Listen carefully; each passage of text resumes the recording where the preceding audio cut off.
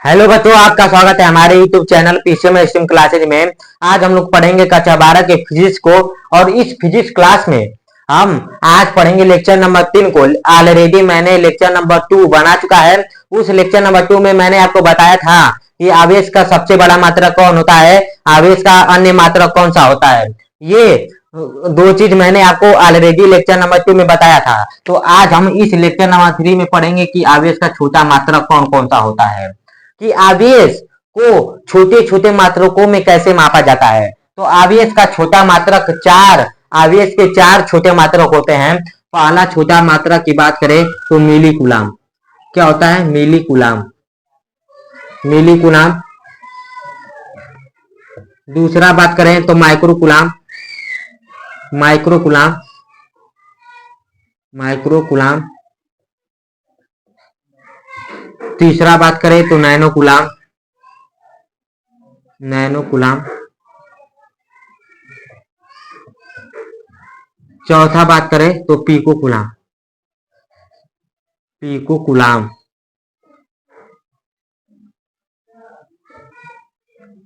ये चार आपके आवेश के छोटे मात्रक हैं। कौन कौन होता है? मिली कूलाम होता है, माइक्रो कूलाम होता है, नैनो कूलाम होता है और चौथा पीको कूलाम होता है। ये चार मात्रक आपके आवेश के छोटे मात्रक कहलाते हैं।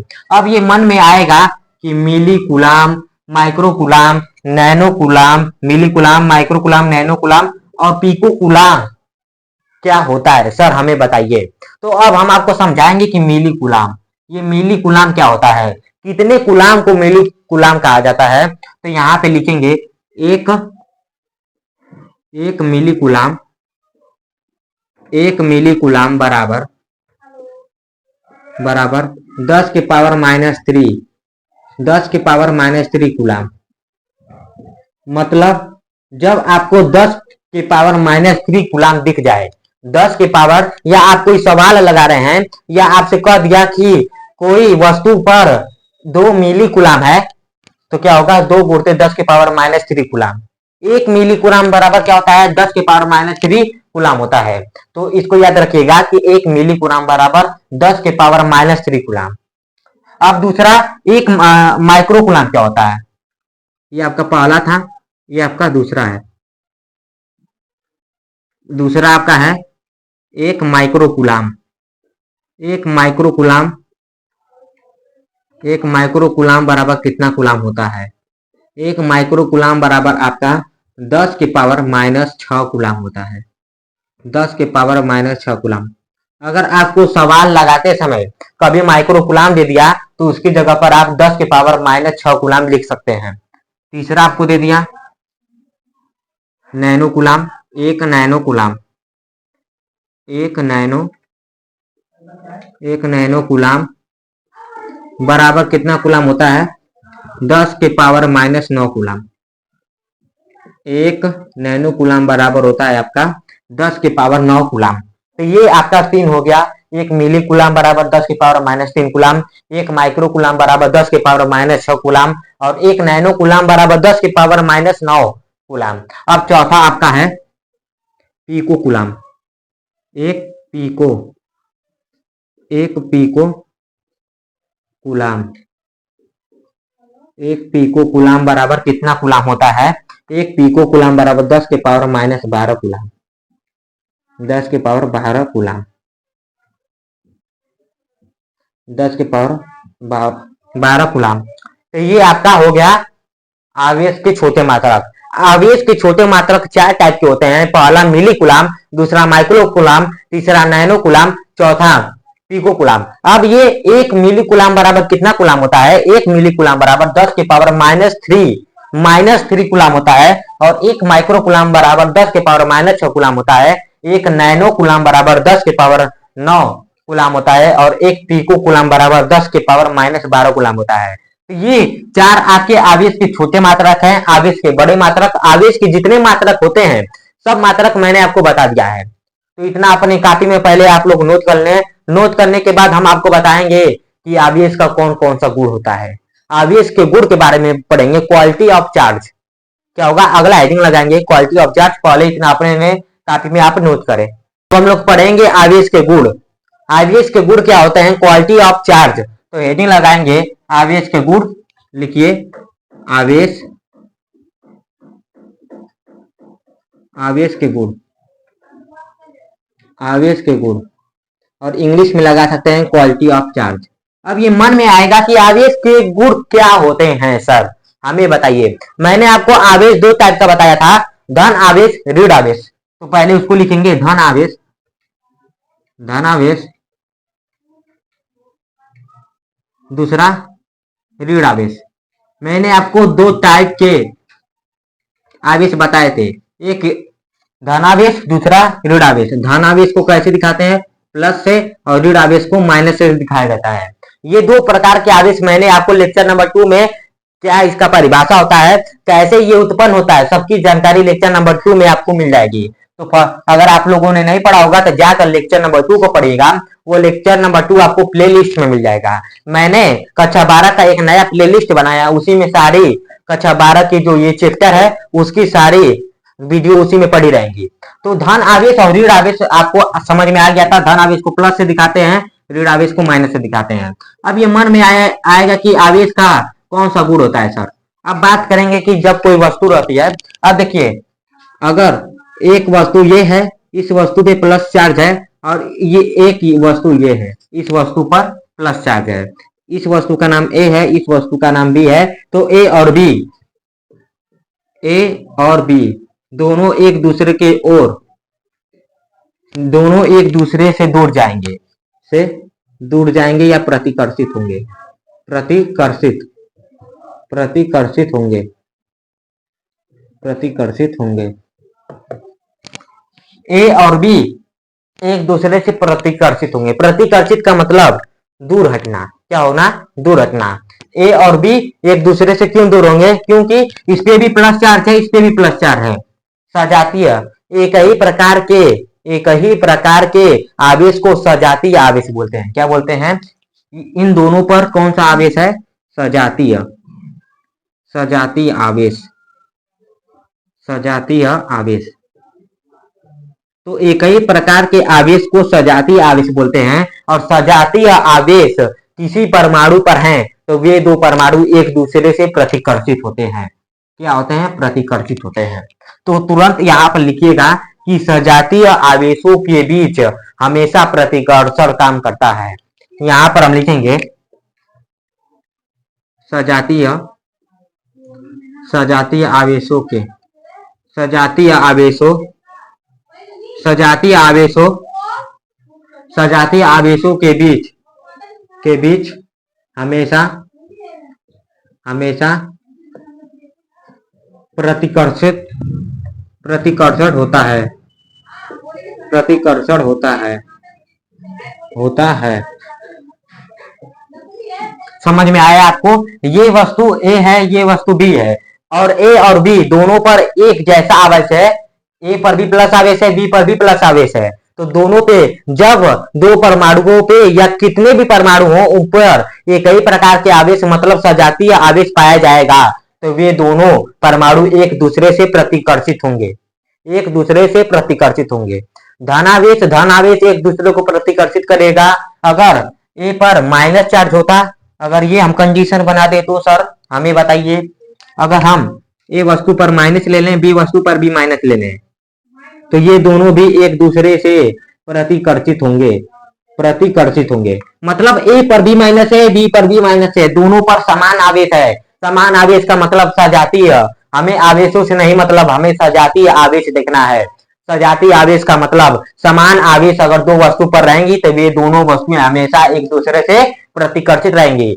अगर समान चाहे माइनस है, ये इस वाले कंडीशन में भी दोनों वस्तु एक दूसरे से प्रतिकर्षित होंगी। तो एक ही प्रकार के आवेश को क्या बोलते हैं? सजातीय आवेश। यहाँ पर लिखेंगे एक ही प्रकार के चार्ज को, आवेश को, चार्ज को सजातीय आवेश बोलते हैं, सजातीय आवेश कहते हैं। मतलब एक ही प्रकार की आवेश हो किसी परमाणु पर, एक ही प्रकार के, चाहे माइनस माइनस, चाहे प्लस प्लस, तो वे दोनों परमाणु एक दूसरे से प्रतिकर्षित होंगे, अर्थात सजातीय आवेशों के बीच हमेशा प्रतिकर्षण होता है। इतना अपने कॉपी में पहले आप लोग नोट करें। ये मोस्ट इंपॉर्टेंट टॉपिक है आज का। क्या है? मोस्ट इंपॉर्टेंट टॉपिक, जिसकी सहायता से आपको पूरा आवेश तथा विद्युतीय क्षेत्र चैप्टर पढ़ाया जाएगा। तो इतना अपनी कॉपी में पहले नोट कर लें। अब तो ये आपका हो गया सजातीय आवेश, मतलब एक ही प्रकार के आवेश। अब मन में ये एक सवाल आ रहा होगा कि अगर वस्तु ए पर हम माइनस चार्ज ले लें और वस्तु बी पर प्लस चार्ज ले लें और दोनों को एक पास लेकर आया जाए तो क्या होगा सर? इसे बताइए। तो देखिए, जब एक समान, यहाँ पे लिखेंगे एक समान जब आवेश था तो उसे हम लोग क्या बोलते थे? सजातीय आवेश। क्या बोलते थे? सजातीय आवेश। सजातीय आवेश। सजातीय आवेश। अगर अलग अलग रहेगा तो, अगर अलग अलग रहेगा आपका आवेश तो उसे हम लोग बोलेंगे विजातीय। विजातीय आवेश। विजातीय आवेश।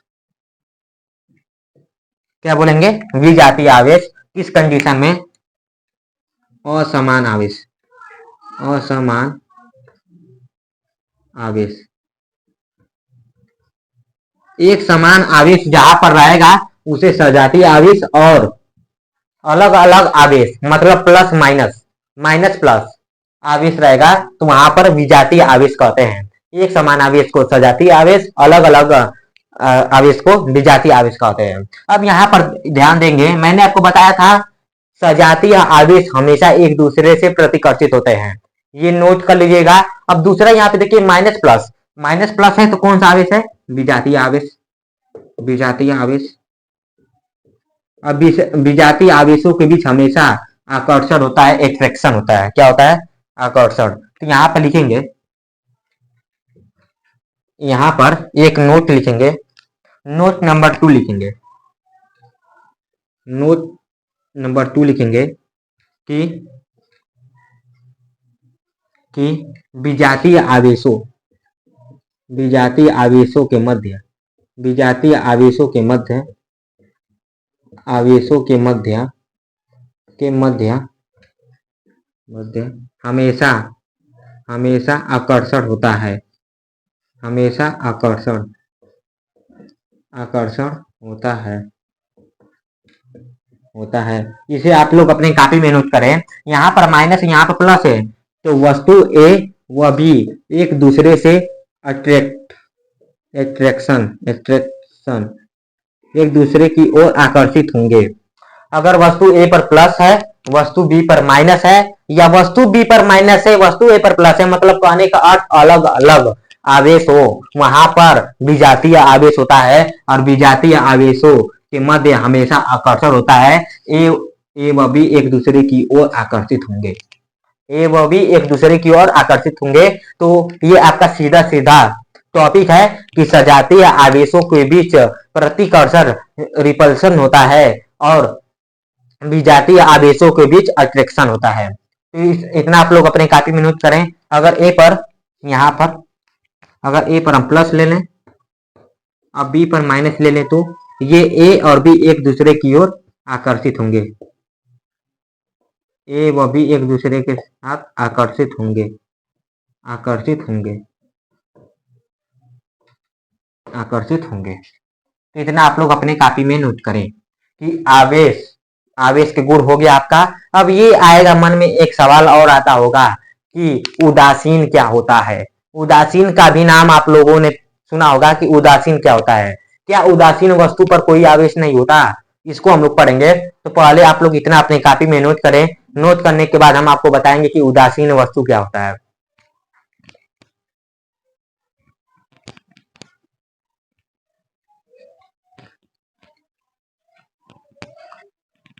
अब जल्दी से हेडिंग लगाइए कि उदासीन वस्तु पर आवेश। हेडिंग लगाइए उदासीन वस्तु पर आवेश। तब तक हम इसको मिटाते हैं।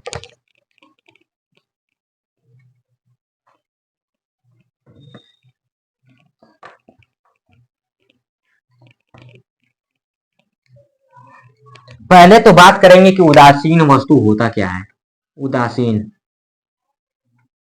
उदासीन वस्तु, उदासीन का मतलब होता है अगर कोई वस्तु में जितना धन आवेश है उतना ही ऋण आवेश होगा। जैसे कोई वस्तु P है और इस P पर जितना धन आवेश है, मतलब इस पे 5 धन आवेश है तो 5 ऋण आवेश भी होगा। 5 धन आवेश है तो 5 ऋण आवेश भी होगा, मतलब जितना धन आवेश है उतना ऋण आवेश रहेगा। तो उस वस्तु को हम लोग उदासीन वस्तु बोलते हैं। क्या बोलते हैं? उदासीन वस्तु। जितना जितना धन आवेश उतना ही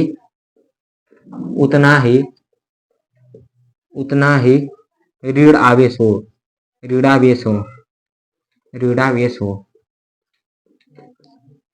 मतलब कोई वस्तु है उस पे जितना धन आवेश है उतना ऋण आवेश है, तो उस वस्तु को हम लोग उदासीन वस्तु बोलते हैं। अब ये मन में आता होगा कि क्या उदासीन वस्तु के पास कोई आवेश होता है?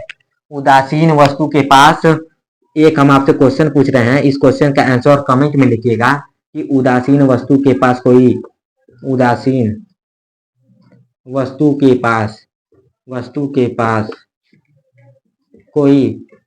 कोई आवेश होता है? कोई आवेश होता है कि नहीं? होता है कि नहीं? इसका आप लोग आंसर कमेंट में देंगे कि उदासीन वस्तु के पास कोई आवेश होता है कि नहीं। इस फिगर को देखकर बताइए कि उदासीन वस्तु के पास कोई आवेश होता है कि नहीं। देखिए, उदासीन वस्तु पर जितना पॉजिटिव चार्ज होता है उतना नेगेटिव चार्ज होता है, तो मतलब कह सकते हैं कि उदासीन वस्तु पर आवेश तो होता है। क्या होता है भाई? आवेश तो है, जितना प्लस है उतना माइनस। हमें आवेश से मतलब है। तो यहाँ पर एक आंसर लिखेंगे, बहुत इंपॉर्टेंट प्रश्न है कि उदासीन वस्तु पर आवेश होता है। उदासीन वस्तु पर आवेश होता है, लेकिन उदासीन वस्तु पर कोई नेट आवेश नहीं होता। आवेश तो होता है, इस पे धन आवेश भी है, ऋण आवेश भी है। आवेश तो है लेकिन नेट आवेश नहीं होता है। क्या नहीं होता है? नेट आवेश। नेट आवेश का मतलब कुल आवेश क्या होता है? जितने प्लस हैं उतने माइनस हैं, तो प्लस माइनस दोनों को जोड़ा जाएगा तो 0 आ जाएगा। नेट आवेश का मतलब 0। देखिए 1 2 3 4 कितने इसमें प्लस है? प्लस को देखिए 1 2 3 4 5 6 7 8। वस्तु P में 8 धन आवेश है और कितने ऋण आवेश हैं? 1 2 3 4 5 6 7 8 और 8 ऋण आवेश है। 8 आपके ऋण आवेश हैं और इन्हीं दोनों को जोड़कर बताइए कि इसका कुल आवेश कितना होगा। प्लस और 8 और माइनस 8 0 होता है, तो ये हो गया 0। इसी को उदासीन वस्तु बोलते हैं। क्या बोलते हैं? उदासीन वस्तु। तो उदासीन समझ में आ गया आपको कि उदासीन वस्तु पर आवेश होता है, चाहे वो धन आवेश हो चाहे वो ऋण आवेश हो, लेकिन उदासीन वस्तु पर कोई नेट आवेश नहीं होता। क्या नहीं होता है? नेट आवेश। यहाँ पे लिखिएगा, लेकिन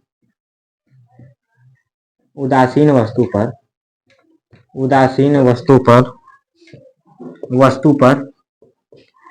कोई नेट आवेश नहीं होता है। कोई नेट का मतलब कुल आवेश। नेट का मतलब कुल आवेश नहीं होता है। जब दोनों आवेशों को जोड़ा जाएगा तो उस आवेश का मान 0 आता है। कुल आवेश नहीं होता है। तो ये हो गया आपका उदासीन वस्तु। उदासीन वस्तु होता क्या है, एक बार और हम आपको परिभाषा बताते हैं। ऐसा आवेश जिसपे पॉजिटिव चार्ज हो, लेकिन जितना पॉजिटिव हो, जितना धन आवेश हो उतना निगेटिव चार्ज हो, ऋणावेश हो, तो उसे हम लोग उदासीन वस्तु बोलते हैं। उदासीन वस्तु पर आवेश होता है लेकिन उदासीन वस्तु पर कुल आवेश नहीं होता। कुल आवेश का मान 0 होता है। तो आज हम लोग बस इतना ही पढ़ेंगे कि आवेश का छोटा मात्रा क्या होता है और धन आवेश ऋण आवेश के माध्यम से आवेश का गुण क्या होता है, और लास्ट में हम लोगों ने पढ़ा कि उदासीन वस्तु पर आवेश होता है कि नहीं। ये आज का लेक्चर नंबर 3 बहुत इंपॉर्टेंट है। क्या है? IMP है। इसे आप लोग जरूर पढ़िएगा। अगर आप लोगों ने लेक्चर नंबर 2 और लेक्चर नंबर 1 नहीं पढ़ा है तो हमारे चैनल को सब्सक्राइब करके हमारे प्ले लिस्ट वाले आइकन पे जाइएगा तो प्ले लिस्ट आपका इस कक्षा 12 का बना है, सारी वीडियो वहां पर अवेलेबल रहेंगी। तो आज के लिए इतना ही। अगर आपको वीडियो अच्छा लगा होगा तो हमारे पीसीएम एसएम क्लासेस को सब्सक्राइब करिएगा। Thank you for watching this video.